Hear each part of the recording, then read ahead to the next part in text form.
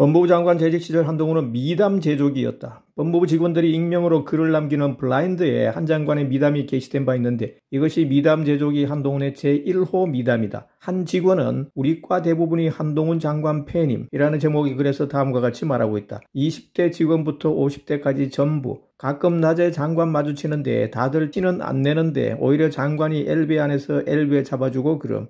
그전엔 상상도 할 수 없었던 일. 심지어 복도에서 마주치면 소속이랑 이름 물어보고 외워서 다음번에 먼저 인사해줌. 한두 명이 아니라 심지어 나한테도 스캔 들어갔는데 마주쳐서 소속 이름 물어봐 대답했더니 며칠 뒤에 내 이름 부르면서 인사하더니 식사 맛있게 하셨냐고 물어봄. 장점은 일도 안 하던 늑다리들이 일하는 척이 아닌 진짜 일을 하려 하고 젊은 직원들은 맨날 부동산 주식 코인 얘기만 하더니 뭐에 홀렸는지 군대처럼 직책에 대한 책임감을 갖게 함.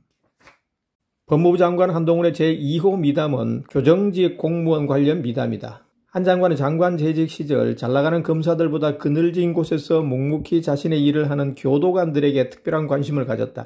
교정직 처우 개선 예산을 40% 가까이 정액시켰고 교정직 공무원들의 행사에는 먼 길을 마다 않고 직접 참석해 그들의 사기를 높여주었다. 특히 행사가 끝난 후 기념사진을 찍을 때 한 장관은 항상 좌우측 모서리에 자리를 잡았는데 이 또한 전임 장관들에게서는 볼 수 없는 일이었다. 행사의 주빈인 장관이 의례적으로 가운데 앞자리에 앉아서 기념 촬영에 임했지만 한 장관은 행사의 주인공인 교정직 공무원들을 빛내기 위해 그들에게 중앙 자리를 양보한 후 가장자리에 서서 사진을 찍었다. 이런 사실을 안 직원들은 천재 검사 출신이라 냉혈한 인 줄 알았는데 이렇게 따뜻하고 겸손한 인성을 가진 분일 줄이야 라며 한동훈에게 찬사를 보냈다. 한동훈이 그늘진 곳에서 일하는 교정직 공무원들을 각별하게 챙기자 어느 퇴직 교도관은 다음과 같은 글을 남기기도 했다.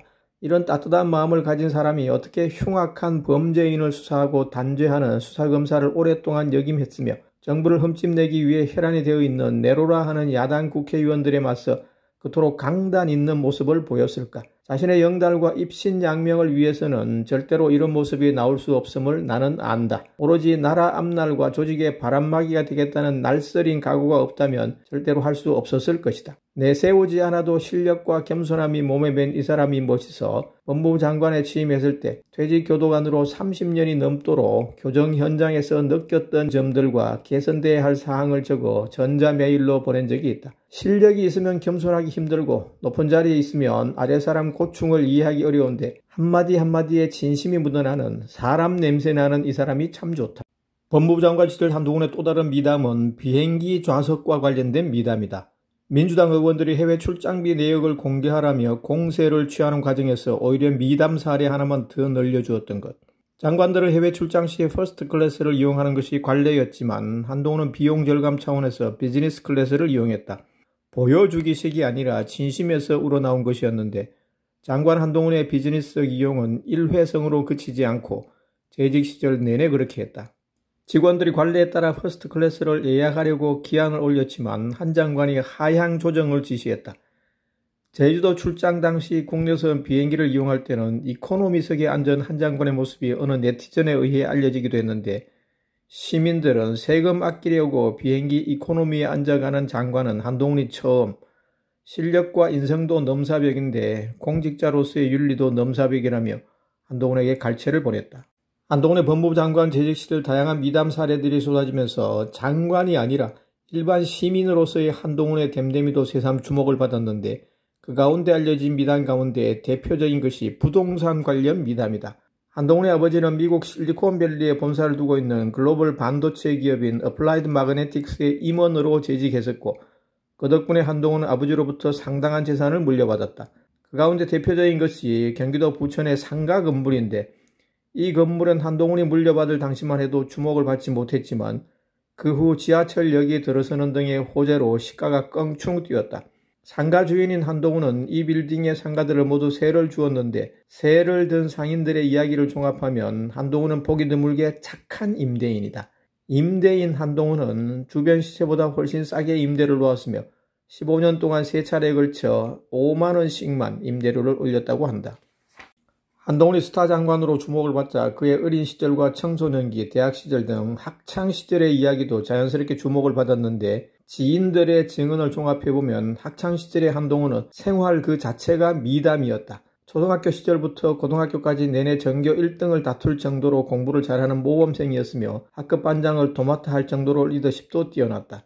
공부를 잘하고 통솔력이 있었지만 한동훈은 학급의 문제 아들이나 공부를 잘 못하는 학생들과도 잘 어울렸다. 그래서 학교에서 주먹 좀 쓰는 친구들도 한동훈한테는 함부로 하지 못했다고 한다. 그는 특히 아버지와 어머니의 영향을 받아 친구들에게 베푸는 스타일이었다. 밥을 사는 일이 흔해 친구들은 속으로 한동훈을 경제관념이 좀 없다고 생각했을 정도였다. 아버지는 미국 출장에서 돌아올 때 한동훈의 친구들을 위해 귀한 음반을 구해와 나눠줬으며 뛰어난 미인이었던 어머니는 한동훈의 친구들이 집에 놀러오면 마치 친자식처럼 잘 거뒀다고 한다.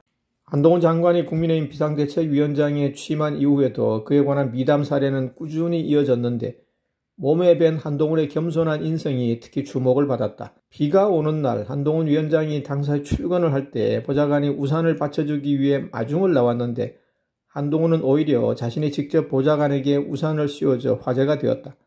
비상대책위원회 회의가 있는 날에는 시각장애인 김혜지 의원의 동선을 안내하면서 회의장에 입장하는 한동훈의 모습이 자주 카메라에 포착되었는데 한동훈은 그에 그치지 않고 김 의원이 자리에 앉을 때 뒤에서 의자를 빼내주었다. 초기에는 한동훈의 이러한 모습을 두고 정적 쇼맨십의 일환으로 보는 시각도 있었지만 시간이 지나면서 그런 안티들은 사라졌는데 그 이유는 한동훈의 그러한 동작들의 인위적인 모습이 전혀 보이지 않고 워낙 자연스러워 한동훈은 겸손한 인성이 몸에 밴 사람이라는 평가가 주류가 되었다.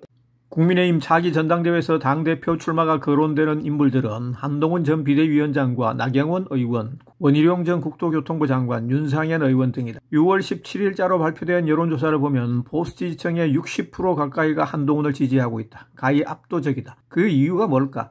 한동훈은 사퇴 후 시민들에 의해 여러 번 목격되었는데 도서관에서, 길거리에서, 편의점 앞에서 찍힌 그의 표정이 모든 것을 말해준다. 사진 속의 한동훈은 행복하다. 차림은 수수하다.